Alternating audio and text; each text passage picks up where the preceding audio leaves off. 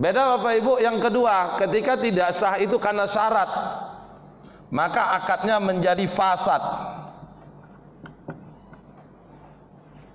Fasad ini nama lainnya adalah rusak. Istilah kita rusak.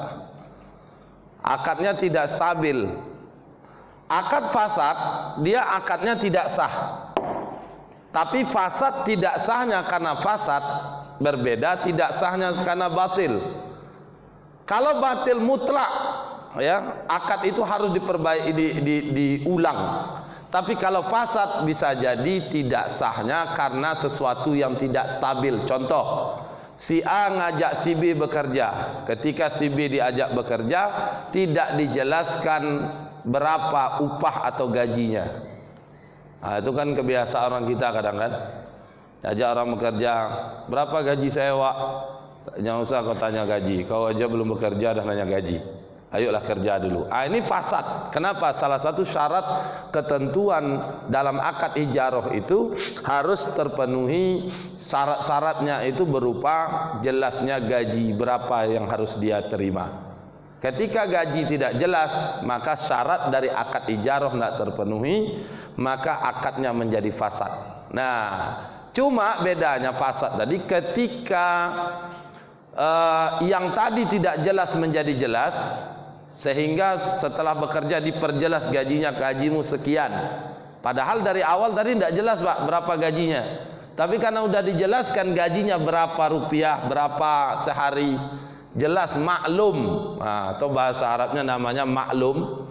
Gajinya itu jelas diketahui, maka yang tadinya menjadi tidak sah masuk status fasad, akhirnya menjadi sah. Contoh berikutnya begini. Si A dipaksa oleh si B menjual barangnya. Padahal si A tak mau menjual barangnya, tapi diancam. Kalau kau tak jual, maka kau kupukul, misalkan begitulah. Diancam. Karena takut si A ini dipukul oleh si B, maka si A menjual barangnya yang diinginkan oleh si B.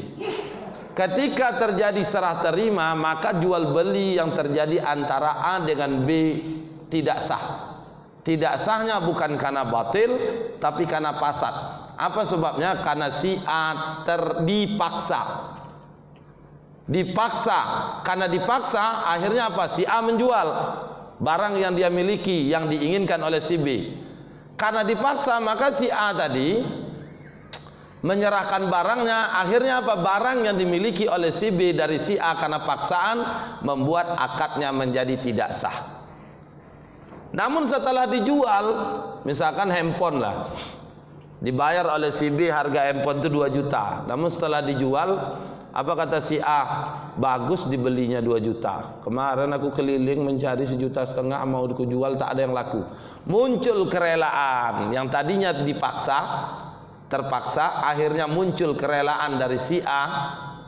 Setelah terjadi akad, maka akad yang tadi fasad tidak sah menjadi sah.